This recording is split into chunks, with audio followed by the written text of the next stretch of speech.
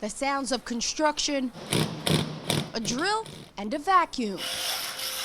Not usually connected to prayer, but for the parishioners at St. Finbar's, they're the answer. We're putting things back the way it was. This is what the people want. Dust and broken tiles, but the promise of restoration.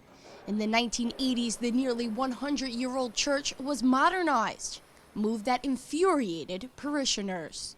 Affectionately today we call it the recovation, because it's not a renovation, they wrecked the church.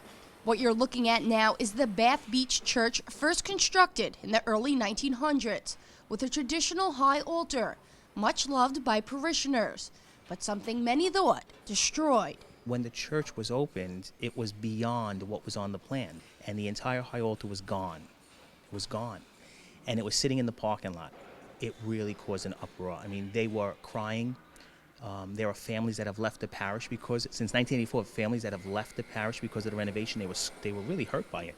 It just created this stigma on the whole parish, and no one was ever happy with the renovation. But all wasn't lost. When Father Gelfand became pastor 6 years ago and began the restoration, all was just waiting to be found. And they're uncovering things they never thought they'd find, like an archaeological dig. There was a room, a door that we could not open. Nobody knew what it went to, all the staff that was here. So we said, let's open the door. We could not open the door. I go, crazy psychopath, gets the sledgehammer. I sledgehammer the door down, and there we find all this marble. So I said, what is this marble? Best source of information is the old timers. Go get some of the old time parishioners and say, hey, do you recognize this? And they say, yes, this is from the church. When they were renovating the church, they were taking the marble and they were throwing it out. Some people took pieces to their home, and they have since returned it because they wanted to save a piece of the high altar. So some people took it to the home. Others, the man at night would put it into this closet, and then when it was done, they sealed the closet, hoping that it would not be destroyed. And some 34 years later, we go and find it.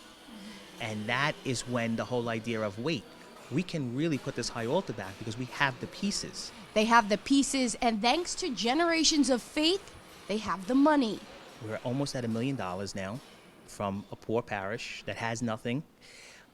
These people believed in restoring this church so much that they really came through with significant contributions that they're paying off. So now, predominantly a Mexican and Guatemalan community, I mean, there is a team working here every night.